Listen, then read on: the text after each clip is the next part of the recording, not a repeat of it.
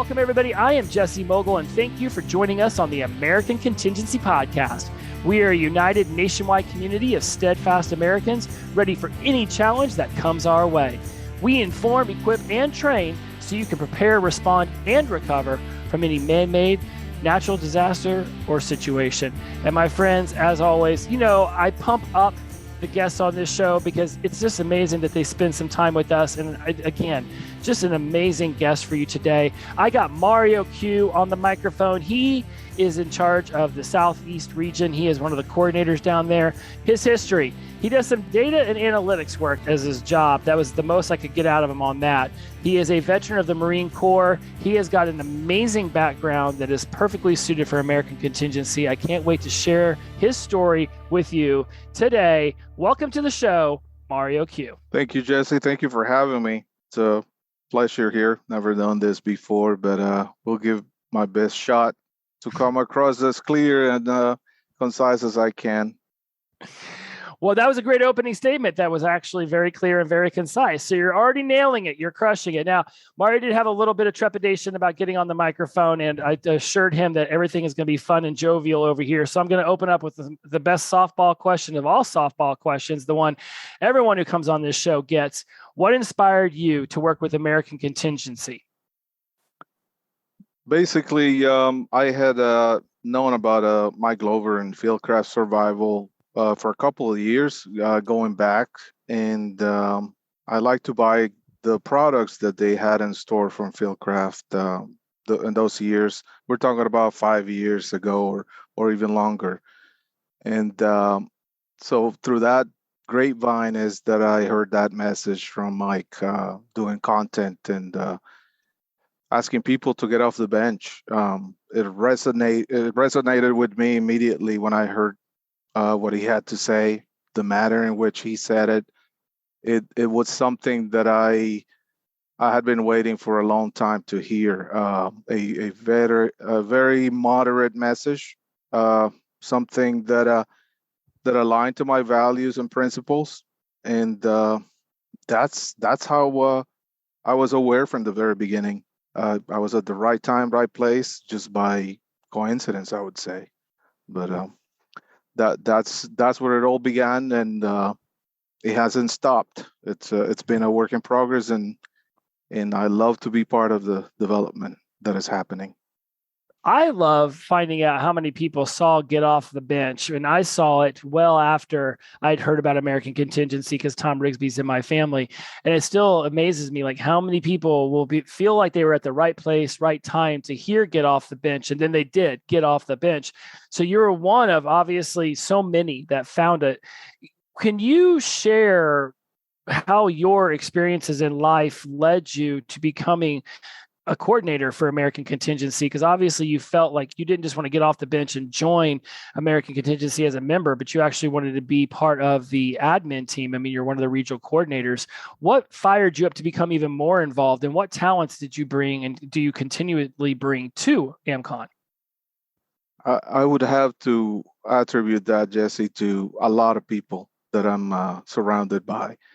I don't think I would be able as an individual without the support of my wife, my own family, and other people around me to take time away from their time, family time, work time, and volunteer for this reason. But the reason being, what is it that American Contingency aims to do? It's to better prepare each individual or family or group of people to have the resilience to deal with adversity. That is really what connects with me, and say, I've seen adversity. I've been in the thick of adversity for the first 20 years of my life. And the next 30 years of my life, I have been the recipient of opportunity. So I can gauge what adversity is from that standpoint, and say, there are some things I can talk about here that I have experience with, and a lot of things that I can learn from other people. So experience-wise, I would say breakdown of society. I've seen it.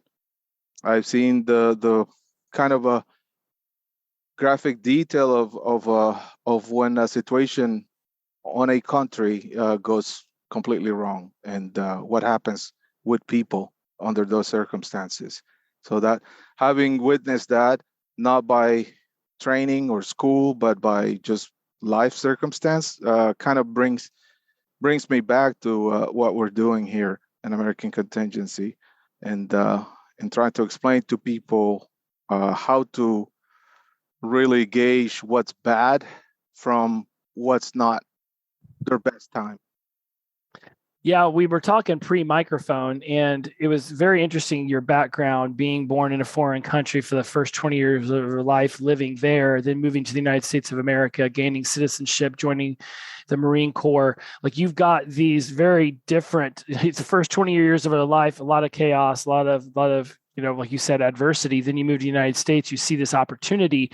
What are people who have been here their whole lives, and regardless of whether they've traveled to other countries or not, it's not the same as being born somewhere else and living your very first 20 years there. What are people in the United States missing when it comes to clarity and the actuality of the life we think we're living here versus the way that it could be? Actually, I've had to, in the past, think about answering that question in a simple and truthful manner, and that is the United States Constitution. That is something that does not exist in another place, but here, in the manner in which exists. And the power and the difference that is given to the individual, how individuals are enabled to reach their topmost value as an individual, does not exist anywhere in the world. Those amendments, those Bill of Rights, all of that is often talked about, sometimes worshipped or seen as a cult. That is what America represents, that it has, even if it's not perfect or if it's not as people wish it to be. It is. It simply is, and I have that perspective of telling you, when there's an absence of a constitution for a nation like we have it, things don't work for the long term. So that is, in an essence, what the difference is. A constitution and the people willing to stand behind it, to not let it just disappear, fade, or be completely corrupted.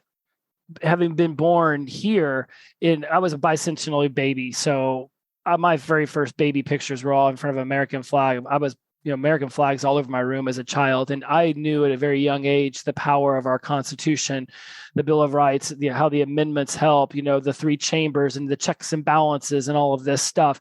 And for people born outside of the United States to see it, from their country, what's going on. And then for you to have this opportunity to come here and now be a citizen and experience it firsthand, the clarity and perspective that you must have, that you can now share with others whenever they want to sit here and bemoan the direction we're going in. And you can say, look, I have seen the worst of the worst. We are far from it. And perfection is all about perspective anyways. I feel like America is going in a generally, it's going in a direction. Good, bad, right, or wrong is all based off of perspective. How do you see your role in American Contingency as being one that can assure people that there are citizens in this country who care about other citizens and are willing to be there for one another in the greatest time of need? At a very individual, one-on-one level with people, whenever I have a chance to come across other members, whether it's a social gathering, training, or just simple fellowship that we may have on a monthly basis with the teams and the groups, it is really sharing of stories of how the current economical situation that we have, how does that look when things are at their worst, how they look when they're less than good, and when we have it really, really good. I kind of give that perspective of seeing the gradient of, let me tell you how bad things can be. And let me tell you where I see that we are comparing the worst against where we find ourselves. So a reality check. I kind of try to share that with people, even with my own family, even with my children, people around me. I kind of give that reality check of perspective of, if you think it's bad, it's not that bad. Right. It, just adjust your expectations a little bit, and be open to comparing how bad it can be. Just that's what I try to impart or share with people, that perspective, and not from a negative way, just from life experience way, not because I read it in a book or I listened to a certain philosopher or a certain mindset. Um, that mindset word keeps coming, is brought up a lot here in American contingency. That's Mike Glover's fault. He Yeah. he spread that word like wildfire. Yeah. Well, It's a and good that thing, though. It's a it good is. thing. Mindset is a good kerosene to have, because I have a couple other podcasts that deal directly with mental health and sobriety and addiction and college people and things of that nature. And I talk a lot about mindset. And, I do bring this up. I was like, yes, we may not be thrilled with the direction the country's going in now, but 100 or so, 150 years ago, even, Civil War into that Dust Bowl era where the Plains region had the tremendous drought. We go into the Industrial Revolution where people were living 15 to a house in New York City, right into the Great Depression. And there was a pretty rough period. If somebody was going to look at America and say, boy, this is about the time it should fall apart, it would have been around that era. And World War II brought us out of that. And certainly we could look now and say, man, things aren't going that great. Oh, damn, this country, it's going down the crapper. It's like, man, we are, anybody from 150 to 100 years ago, if we were to bring them in a time machine to today, they'd look around being like, are you guys crazy? This is amazing. You are living in a euphoric time. I guess that's the perspective you're trying to bring people. It doesn't need to necessarily be euphoric, but it's certainly way better than it used to be. Yeah, I can. I actually try to impart that on my children, on my youngest 6-year-old, and I'm a big believer that if I don't get to make things right under one roof, I have no business getting out there and start preaching or telling people how to live their best life if I haven't figured it out myself. My perspective or my whole essence of the 30 years that I lived here in the United States is I have managed in my short lifespan to accomplish every single dream that I ever had as a 6-year-old child. Whatever I was lacking and didn't have for the first 20 years of my life, I have managed to do over multiple times. And people kind of are taken aback by that comment. And then you have to define what a dream is. What is a dream? A dream could be having a feast at the table you sit, a full meal. That can be a dream for some people in some parts of the world. So coming here to this great country, this great nation, and having not only the ability to do that for yourself, but for other people. You're a force multiplier of good, because you know how bad it can be. You can say, I can share this. I have the power to share a meal with somebody else. That very basic thing can be a dream. I can provide for other people after providing for myself. So I know that's a small dream, I would say, or achievable, but you can expand that to a car, to a bicycle, to a toy, to, okay, I always dream of having this watch. Well, you can die, or you can spend 90, 80 years, whatever length of time of life, in any place, and that dream never comes true. So I look at how that has happened here. Not a watch specifically, not a car, not a house, not a meal, not a certain item, but rather the collection of ability to reach your full potential and pursue your dreams. That liberty that exists here is nowhere else to be found, with no ceilings.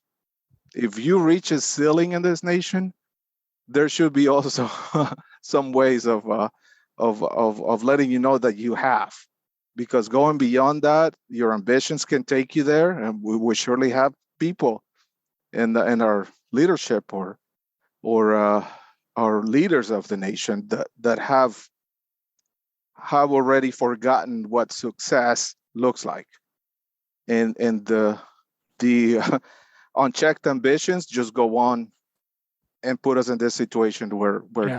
the bad examples take over, and people say, well, that is a corrupt politician. Okay, well, that is how far humans will go if they don't recognize what value is when their dreams are accomplished, or if they never define what a dream is. For me, I can say I had it multiple times over, and that's where my gratitude is born from. Saying I have more than enough. I've done more than enough, and this American contingency thing it's a way just for me to tell people, hey, can you recognize that we live in the greatest nation on earth? Can you recognize that? If they say no, it could be great. Well, let me explain why it is. Let me give you my perspective of why I think it's a fact. It's not an opinion. My 4th of July episode, I talked about that. What divides us does not have to define us. What's your message around that? Because obviously people are going to disagree. And hey, blessed be that we live in a country where we have freedom of speech. And again, like I said in that episode, we don't have freedom from the consequences of what we say, but we certainly have the freedom to say whatever we want to say. And in this country, we can disagree with one another, and we can be very loud about it, or we can just do it in our own homes. What's your perspective on that ability to say what you want to say and be able to express yourself in a manner where you don't have to be afraid that somebody's going to kick in your door and drag you out and throw you in some gulag? I say be part of the solution. Complaining usually it's a popular choice, just to complain about circumstance or where you find yourself. But being part of the solution kind of empowers you to speak up, what that solution is. Make the contribution, be whatever it is you want to see. I know this sounds cliche, but being the change that you want to see starts with the individual. What it's your household strong. Okay, so if your household is strong, that means you're a strong individual working towards making strong family members, family ties. Spread it out. Spread it out to the neighborhood. Spread it out to the school board. You may be happy and content with the policies on a school board, but you might hear your neighbor say, I'm not happy. And if you love that neighbor, you would say, I'm going to go support. I'm going to go support you, even though I don't have that issue. I have the time. I'm willing and able to do that for my community, for my neighbor, for your whoever it is that you want to affect change, positive change. Be there for those people. So it's not activism. I know what that is very well, but it's more of love for your family, your community, your nation. Be that change. Be that change in any meaningful way that you can be. Online, you can do it. You see people signing petitions, getting together behind a cause. And if you're cynical, you would say, well, that's going nowhere. Like Right. people complain about voting. Why even vote?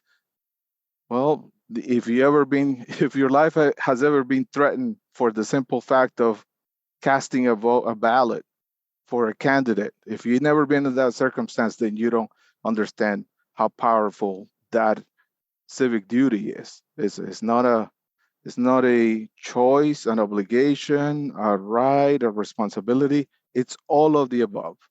Yeah. It's the bare minimum you can do as a citizen of this country is get out there and say, I'm going to make my choice and let it be heard.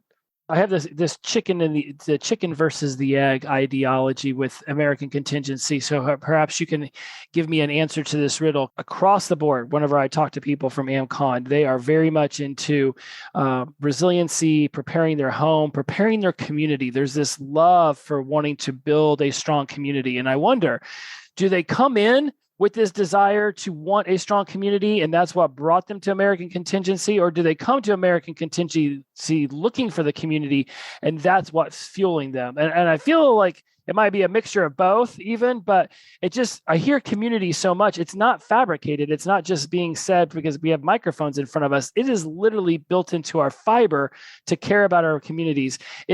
What is it? Which one came first? The love for community, and then we joined AmCon, or joined AmCon and then we discovered we've always loved community?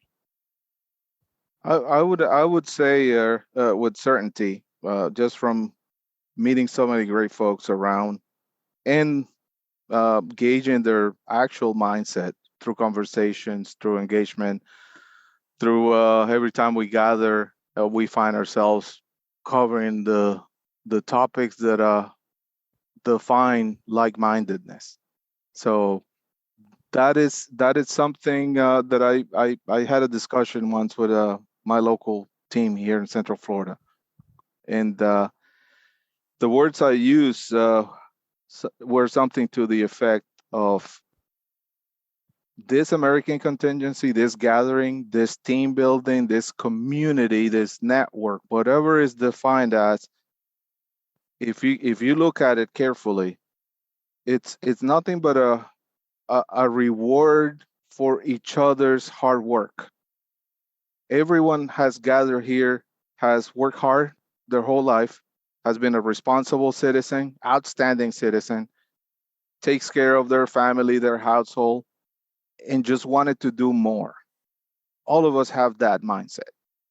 Every member I have come across in American contingency, I've learned how like-minded we are to each other because we all have those characteristics of membership. I would say we done the best that we could for ourselves, and we wanted more.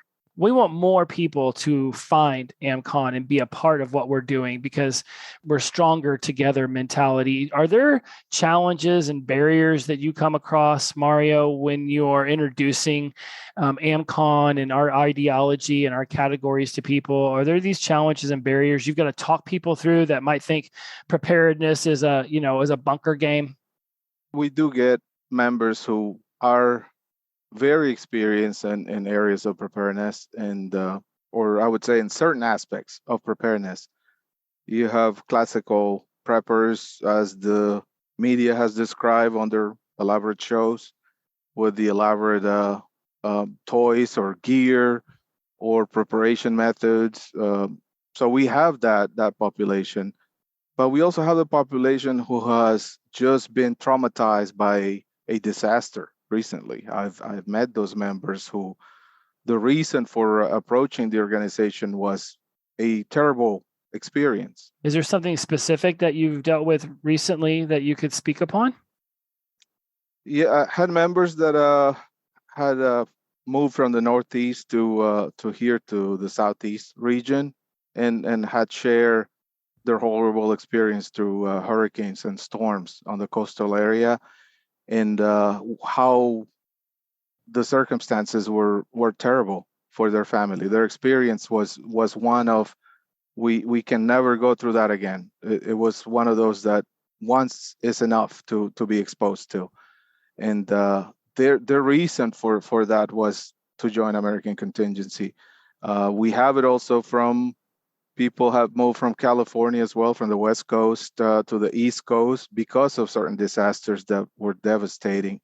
So when people come in, and even whether they were prepared, they are seasoned preppers or beginners, I have to find the common denominator of whatever the baseline is that brings us together. That is my focus.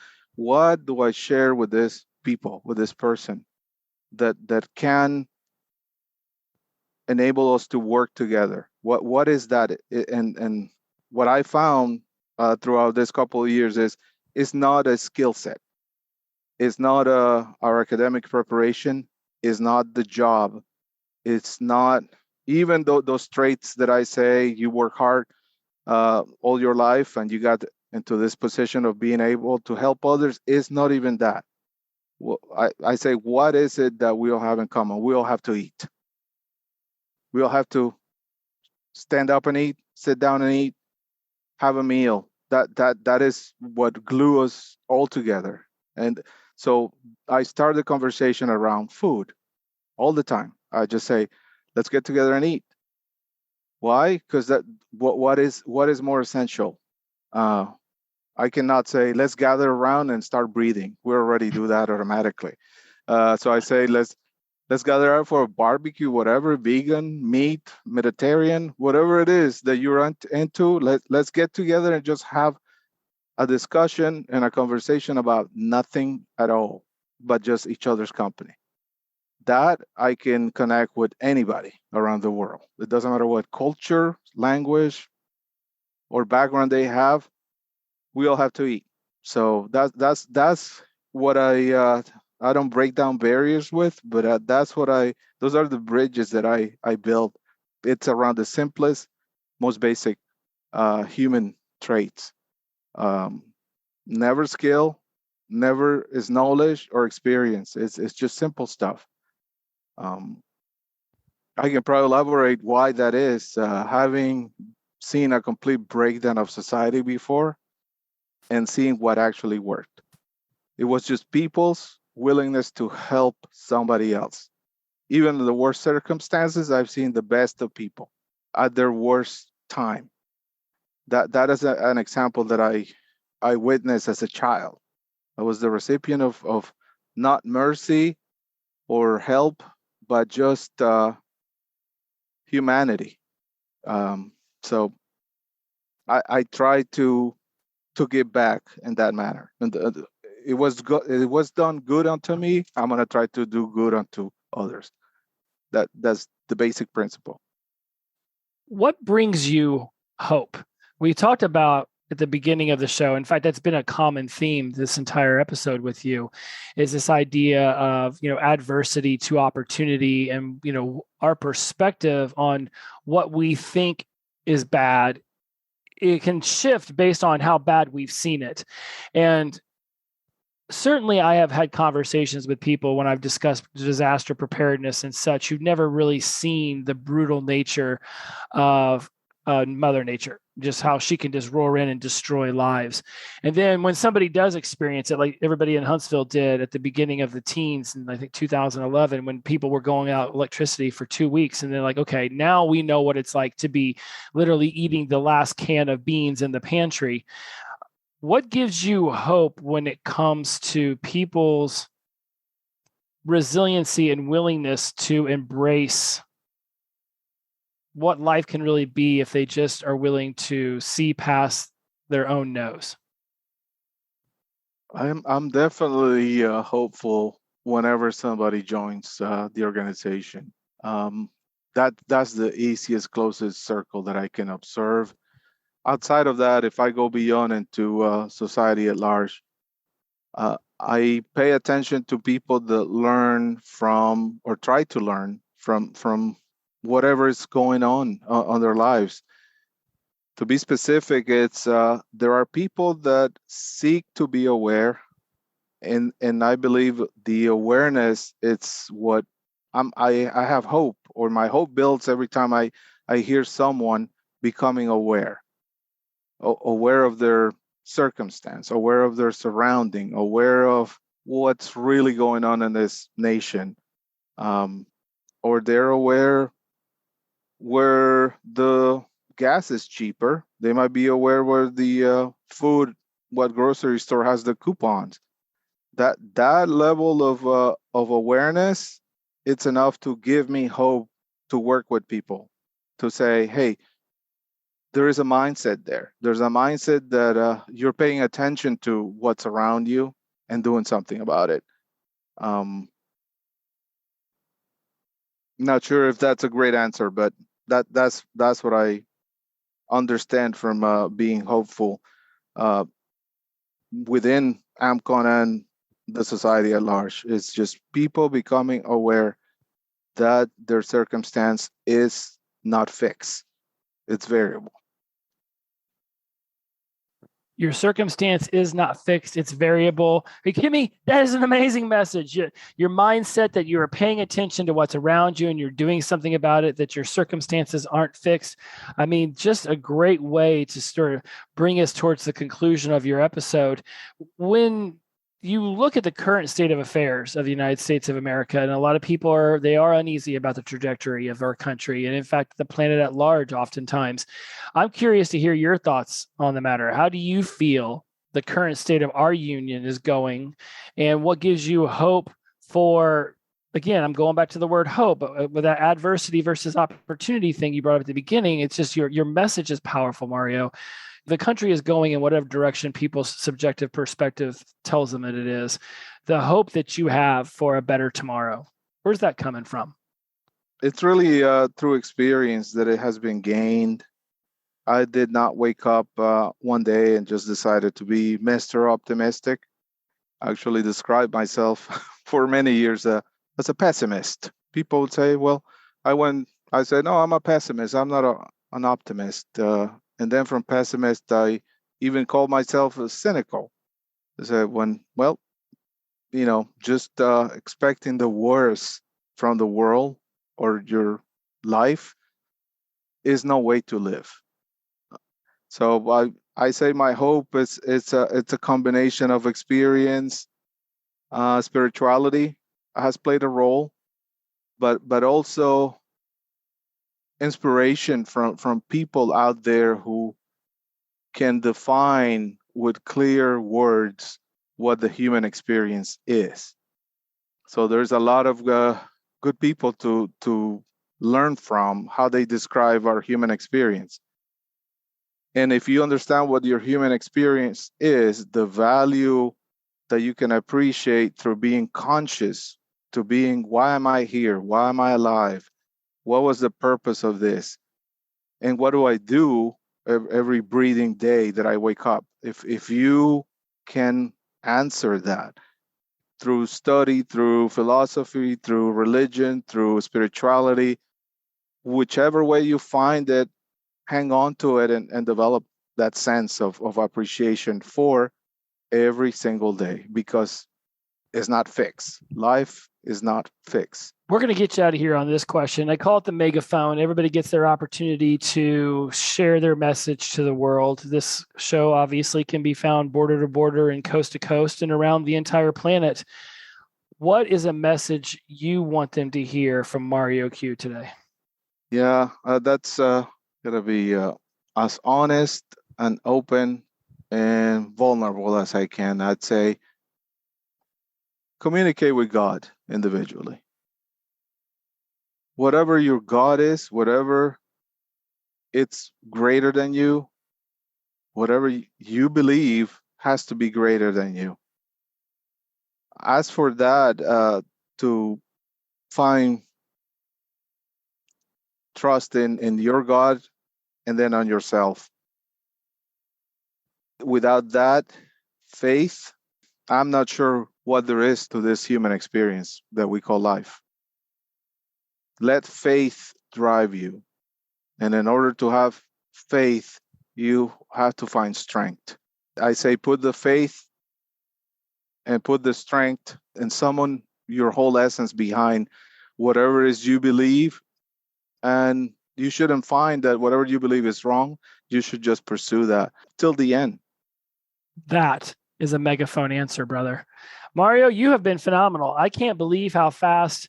I think we've been on the mic now for a little over 35 minutes. I can't believe how fast that went. I just want to thank you for your openness, your honesty. Definitely felt some vulnerability and just, some amazing messages there. Faith and strength and trust in your God, and your circumstances are not fixed, and that awareness that brings you hope for a better tomorrow. It's a powerful message, one where this conversation went nothing like I had thought it was going to go to. I cannot thank you enough for sharing your message with us today, for your experience being brought to American Contingency, for how you help those people in your region become more prepared to respond and recover through the informing, equipping, and training. Thank you so much for your time today and for all of your diligent work within American Contingency. I'm sincerely appreciative.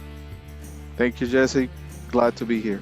All right, my friends, that is another amazing episode of American Contingency, where we are moving people from some level of uncertainty to a higher sense of certainty. When you're ready to build the skills, the network, and the confidence to be ready for whatever comes next, join us at AmericanContingency.com. We'll be waiting for you over there. Talk to you next time. Bye-bye.